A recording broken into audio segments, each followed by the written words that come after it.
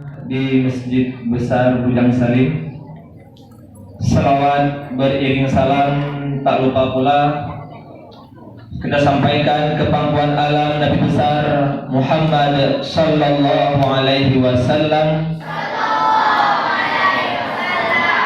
Begitu pula kepada para keluarga beliau, kepada para sahabat, kepada para tabi'in, ulama mutaqaddimin dan ulama mutaakhirin, serta kepada para ulama yang masih diberikan umur panjang oleh Allah Subhanahu wa taala. Yang saya hormati Ketua Remaja Masjid Ustaz Barusli, yang saya hormati Ketua Panitia Tara 3 Ustaz Muhammad Ridha LC, dan yang saya hormati seluruh ustaz dan ustazah, serta yang saya cintai seluruh santriwan dan santriwati Tahfidz Ramadan yang ketiga Masjid Besar Bujang Salim Perbuku. Baiklah, pada hari ini terima kasih telah mempercayakan saya untuk menyampaikan sedikit tausiah. Untuk hari ini insya Allah kita akan menceritakan tentang Al-Quran juga, karena kita tentang tahfidz Ramadan. Tahfidz yaitu menghafal Al-Quran, dan menghafal Qurannya pun di bulan turunnya Al-Quran, yaitu bulan apa? Bulan Ramadan.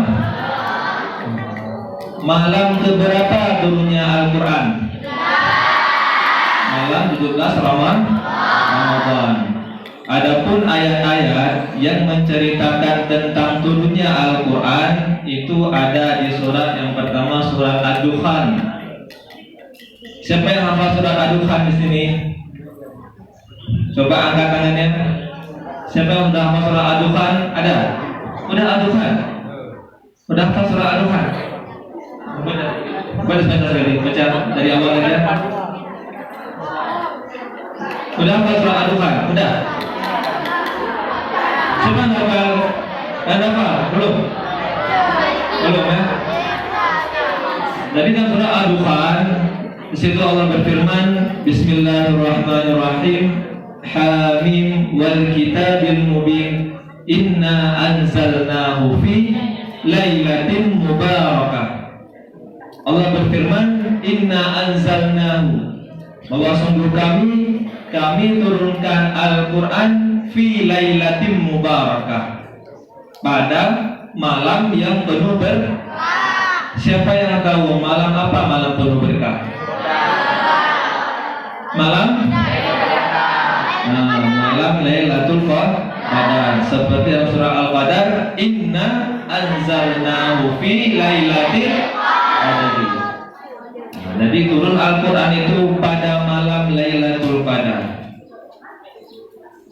Cuman Ustaz, malam Qadar kan malam 10 Ramadan yang terakhir kan? Malam 21 sampai malam 30. Ya kan? Kenapa kita peringati malam 17? Jadi mengenai malam Lailatul Qadar itu para ulama beda-beda pendapatnya.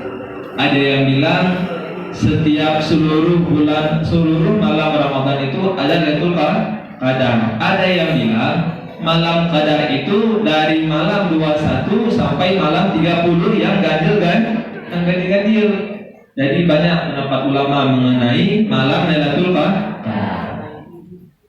Sekarang pertanyaannya, kenapa mesti kita perbanyak baca Al-Quran? Oke lah, karena malam Ramadan, malam turunnya Al-Quran. Yang kedua, memperbanyak membaca Al-Quran itu merupakan perbuatan Rasulullah. Kalian tahu nggak? Rasul itu setiap bulan Ramadan selalu ngaji Quran. Siapa yang tahu sama siapa ngaji Quran? Nabi Muhammad Ramadan. Siapa yang tahu? Nggak ada yang tahu. Sama Quran. Namanya ngaji Quran. Lalu pertanyaan sama siapa? Sama orang, sama benda. Sama siapa? Sama malaikat sama Ustaz tadi. Jadi sama malaikat Jibril itu Rasulullah setiap bulan Ramadan dirasah Al-Quran. Dirasah Al-Quran. Apa makna dirasah Al-Quran? Membaca Al-Quran. Nabi Muhammad baca Quran untuk malaikat Jibril. Malaikat Jibril baca Quran untuk Nabi Muhammad. Itu kata Nabi. Itu setiap bulan Ramadan selalu sama malaikat Jibril Nabi Muhammad. Dia ngaji Quran. Kayak kita di sini di tahfidz. Nanti mungkin ada kawan yang monitor hafalan. Sebelum setor hafalan, sama kawan dulu. Nanti kalau memang ada salah bisa diperbaiki baru setor ke ustaz. Jadi nggak banyak salahnya. Karena kebiasaan kita kalau langsung setor ke ustaz ada salahnya kan? Nggak pas panjang pendeknya, ketukar ayat, ketukar huruf. Setor sama kawan, ditegur sama kawan, baru setor sama ustaz. Jadi nggak banyak itu ya, nggak banyak kesalahannya. Dan kalau lupa, kita nggak lupa lagi. Kenapa? Sudah duluan setor sama kawan. Jadi gitulah. Jadi yang ngaji Quran ini siapa? Itu memang perbuatan Rasulullah dalam Ramadan selalu ngaji Quran sama malaikat Jibril. Man kami ustaz yang mana? Nanti nggak ada malaikat. Nah di rumah haji sama adik, sama kakak, atau di tahfidz ada kawan ini sama kawan. Dia nggak mesti ngaji pas ada tahfidz, ada ngaji pulang ke rumah simpan Quran, jangan kayak itu. Di tahfidz ngaji Quran, di rumah juga ngaji Quran. Nah, habis itu Ustaz mau tanya, siapa yang tahu mana saja waktu-waktu yang berkah untuk baca Quran? Habis subuh lain?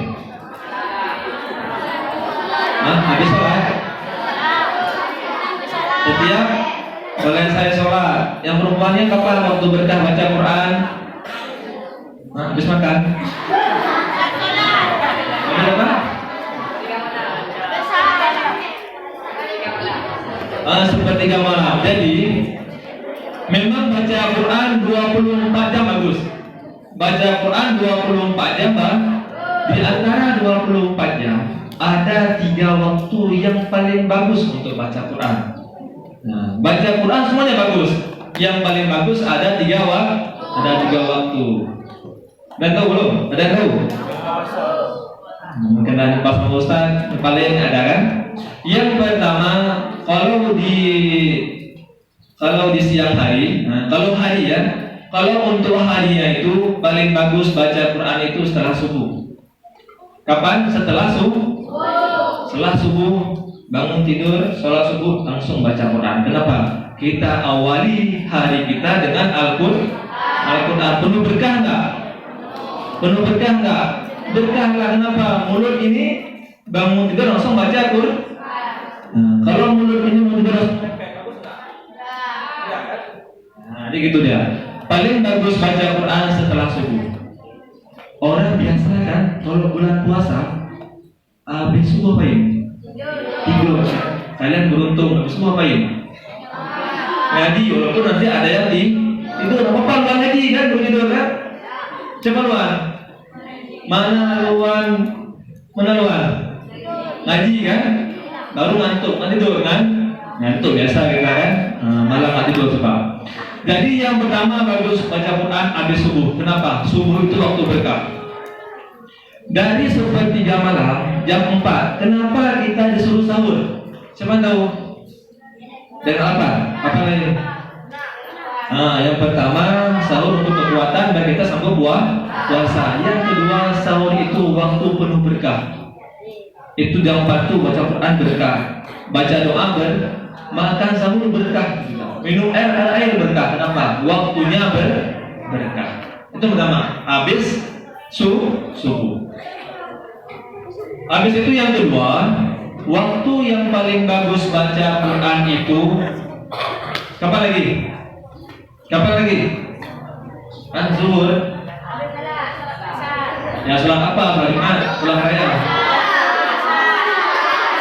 Habis maghrib. Ini kita ambil satu versi kitab ya. Dalam kitab I'anah yang kedua itu habis maghrib. Itu bukan habis maghrib namun isya ke. Maksud habis maghrib, habis sholat selesai. Selesai sholat maghrib. Karena habis maghrib Pak Isya kan? Pak Isya bukan. maksudnya selesai sholat maghrib. Itu yang kedua.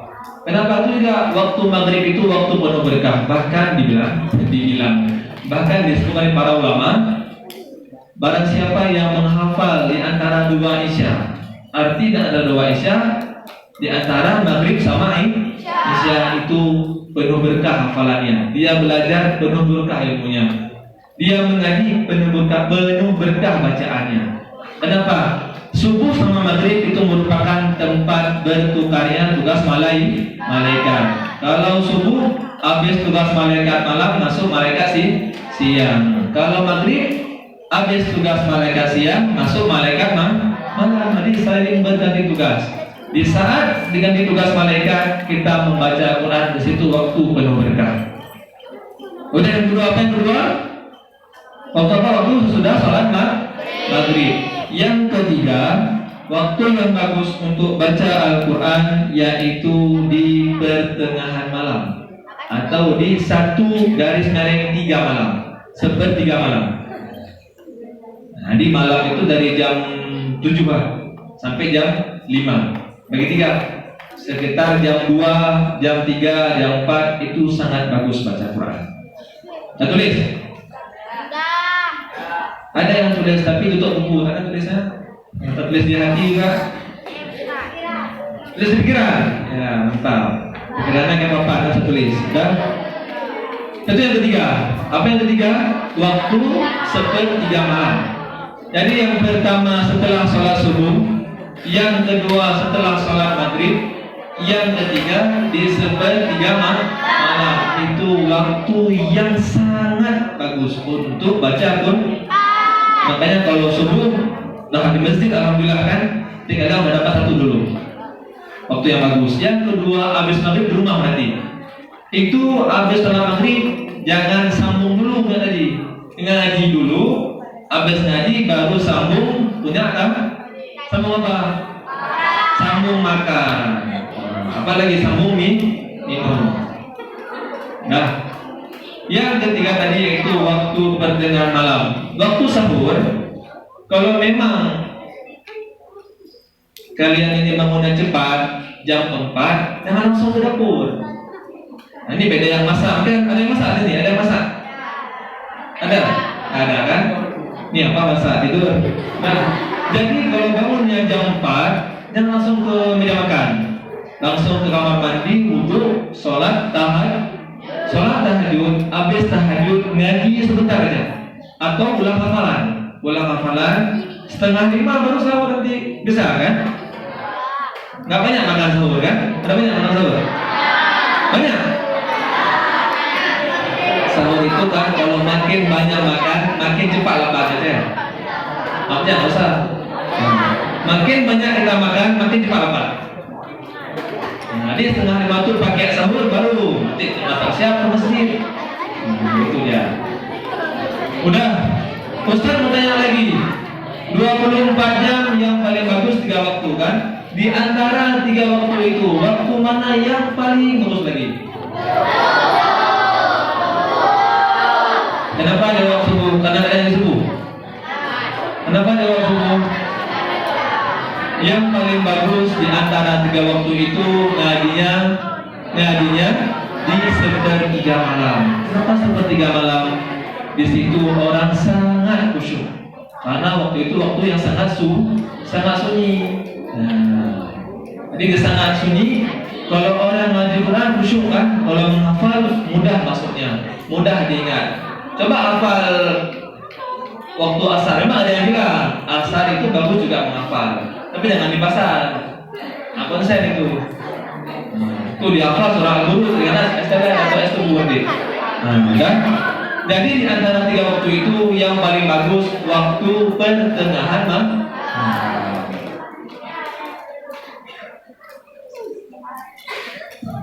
Nah, jadi kesimpulan untuk hari ini, ingat membaca Quran itu merupakan perbuatan Rasulullah Sallallahu Alaihi Wasallam. Oh ya, lagi. Teringat tunggu dulu, Ustaz. Kalau abang ya. Jadi masih ingat kan, kenal kan Abu Palugaring Almarhum, kenal? itu kan setiap bulan Ramadan dulu Ustaz, sebelum SMA itu sering ke masjid Pulau Gading ngaji-ngaji kan. Itu aku itu setiap masuk ke masjid sholat 2 rakaat ngaji. Masuk ke masjid ngaji aja, ya duduk depan depan rak kitab. Mungkin tahu yang sering sholat di masjid Pulau Gading. Kan itu ngaji Quran dia sampai jam 6 dijemput sama anak yang pulang. Nah, memperbanyak baca Quran. Itu dia. Kenapa? Karena baca Quran itu merupakan perbuatan Rasulullah sehari-hari dalam bulan suci Ramadan. Ya Allah. Habis itu kesimpulan yang kedua, waktu yang paling bagus baca Quran itu ada 3. Yang pertama habis maghrib, yang kedua habis subuh, yang ketiga di waktu pertengahan malam.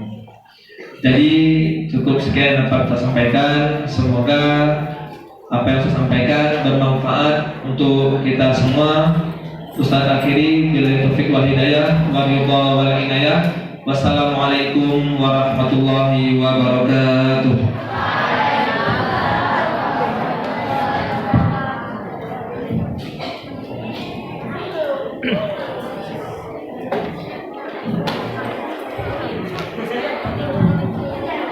Waalaikumsalam warahmatullahi wabarakatuh. Terima kasih kami ucapkan kepada Ustaz Munawir yang telah menyampaikan tausiah yang bertema apa tadi? Membaca Al-Quran.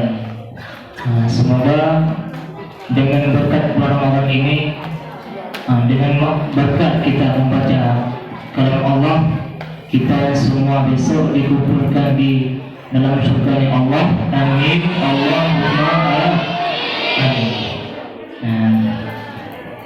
Karena pernah silem dingin Pak ceramah, orang yang sering menghatam Quran, orang yang menghatam Quran selama bulan puasa itu haram api neraka baginya.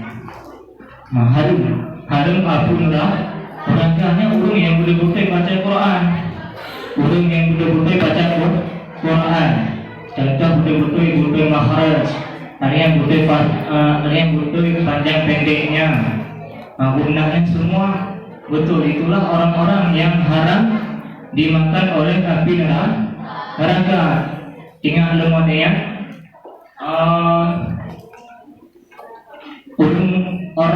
orang membaca Quran waktu meninggal, wadi Allah guna paso.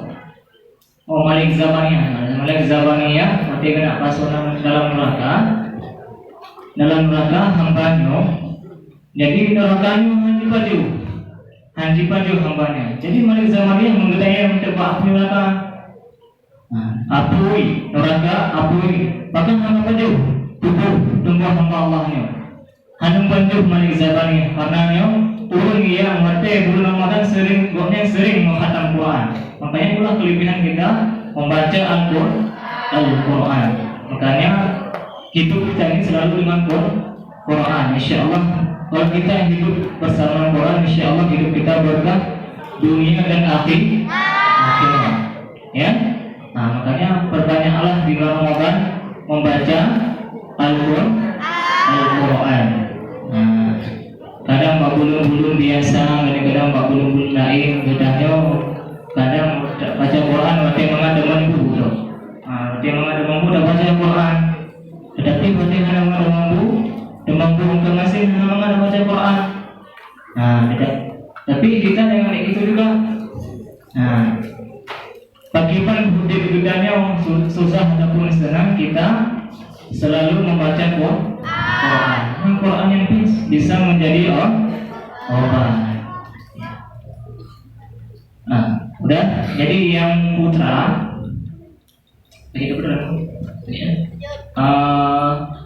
yang putra langsung ke masjid, dan yang putri kayak biasa di terasa, di kanopi, di bawah kanopi. Ya, silakan.